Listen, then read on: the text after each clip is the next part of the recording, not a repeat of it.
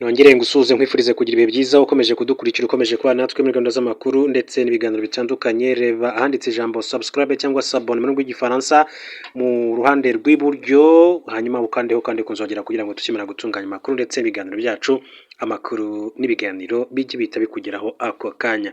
Perezida Paul Kagame w'u Rwanda ntakozwa ibyo kuba hari umwana we wazamusimbura ku butegetsi. Perezida Paul Kagame avuga ko adashyigikiye ibyo kuba hari umwe mu bana be wazamusimbura ku butegetsi kuko u Rwanda atari ubwami. Amakuru y'igihugu yabitangarije umunyamakuru François Souda usanzwe ari umwanditsi mukuru w'ikinyamakuru Jeune Afrique mu gitabo cye yise Conversation with the President of Rwanda. Ku ipaje 91 y'iki gitabo, François Souda abaje Perezida Paul Kagame niba yifuza kubona abana be muri politike, byaba ngombwa umwe muri bo akaba yamusimbura ku butegetsi. Hanyuma umukuru w'igihugu cy'u Rwanda amusubije ko atabishyigikiye, ati u Rwanda si ingoma ya cyami kandi ubu bwoko bw'imigirire irimo icyene wabo, ati kuragana ubutegetsi n'itonesha bishingiye ku muryango ntabwo ariko dukoramo ibintu. Yunzemo ati icyo nizeye ku bana banjye kiroroshye cyane nuko bakwihitiramo ahazaza habo ubwabo, ntabwo rero batandukanye n'abandi banyarwanda muri rusange. Perezida Paul Kagame kandi yanabajijwe ku bavandimwe be badakunze kugaragara mu ruhame nk'abandi bafitanye isano na ba perezida bo muri Afurika, asubiza ko babaho neza kandi batuje ariko badatoneshwa. Abajijwe niba kutagaragara cyane mu ruhame ku bavandimwe be ari icyemezo gishingiye kuri politike, amahitamo y'ubuzima cyangwa se impanuka, yasubije ko ari uruhurirane rw'ibintu byinshi cyane bijyanye n'imyemerere n'uko yumva ibintu ku giti cye. Ati sinizera ko abavandimwe banjye bakwiye ibintu birenze iby'abaturage basanzwe, si ukubatesha agaciro nk'abavandimwe banjye. Ati ndabakunda, ati nkabubaha kandi nkihuza nabo. Ati icyo ntemera ni amatonesha yihariye. Ntabwo nashidikanya ati kuba nakoresha uburyo bwanjye bwite kandi bwihariye ku bw'inyungu zabo, ariko ibintu byose bigira aho bigarukira. Ntabwo nzakoresha ububasha bwanjye vutsa undi muntu ikintu ngira ngo umuvandimwe wanjye abe ari we ugihabwa. Icyakora yunzemo ko mu gihe cyose icyo umuvandimwe we akeneye kigomba kuva mu byo atunze kandi akaba afite ubushobozi bwo kuba yakibona, nta cyamubuza rero kumufasha kubaho ubuzima bwiza. Akaba rero ari umukuru w'igihugu cy'u Rwanda nyakubahwa Perezida Paul Kagame. Mu bana yavugaga rero harimo imfura ye Ivan Cyomoro Kagame, hakabamo Ingabire Ange Kagame, hakabamo Ian Kagame ndetse na Brian Kagame.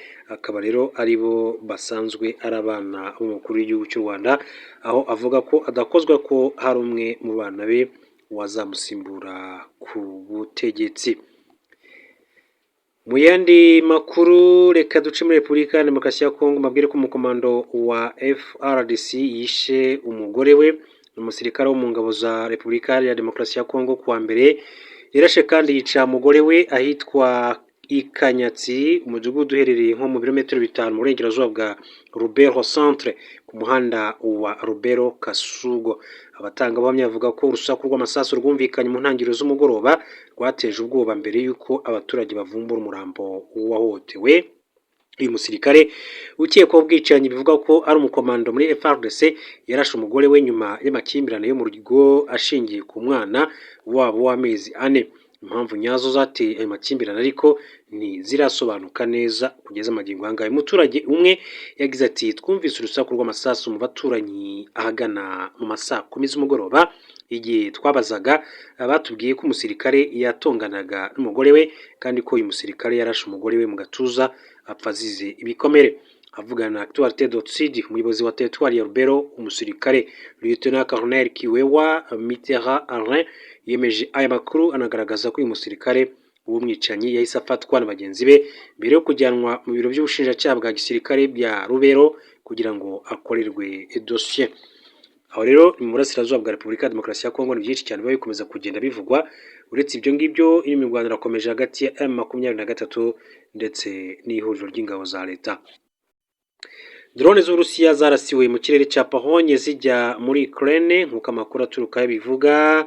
Igihugu cya Pologne kibarizwa mu muryango wa NATO cyahagurukije indege z'intambara igitaraganya nyuma y'uko ikirere cyayo kivogerewe bitigeze bibaho na drone z'Uburusiya zari ziteye uburengerazuba bwa Ukraine. igisirikare cya Polonye cyamaganye kuvogera ikirere cyabo bya hato na hato mu gihe Uburusiya bugaba ibitero ku baturanyi babo Ukraine. Abayobozi bavuze ko ibikoresho bishinzwe kurinda ikirere zabonye ibintu bisa nka drone birenga 10 barasamo zimwe muri zo. Ubuyobozi bukuru bw'ingabo z'igihugu cya Polonye bwatangaje ku mbuga nkoranyambaga buti nyuma y'igitero cy'uyu munsi cyagabwe n'Uburusiya ku butaka bwa Ukraine habaye ivogerwa ridasanzwe ry'ikirere cya Polonye n'ibintu byo mu bwoko bwa drone. Iki ni igikorwa cy'ubushotoranyi cyateje umutekano muke abaturage bacu. Umuvugizi wa guverinoma yavuze ko minisitiri w'intebe wa Polonye Donald Tusk yiteguye guhura n'abaminisitiri bashinzwe umutekano w'igihugu ndetse no kugirana inama idasanzwe na minisitiri saa 2 z'igitondo ku isaha yaho ya GMT. Tusk yavuze ko akomeje kuvugana n'umunyamabanga mukuru wa NATO Mark Rutte kandi ko ibikorwa bikomeje kugeza amagingo ngo bibaye inshuro ya mbere Polonye ihanganira n'ibyayivogereye mu kirere cyayo kuva Uburusiya butangiza intambara muri Ukraine. Polisi ya Polonye ivuga ko ibice bya drone zarashwe byabonetse mu mudugudu wa Krosnoka nyuma yo kuvogera ikirere cya Polonye mu gitero cy'Uburusiya kuri Ukraine. Polisi yanditse kuri X ku isaha ya saa 11:40 za mu gitondo mu mudugudu wa Krosnoka. Abapolisi bemeje ko havumbuwe drone yangiritse mu buryo bukomeye. Reka bashimire mbifurize kugira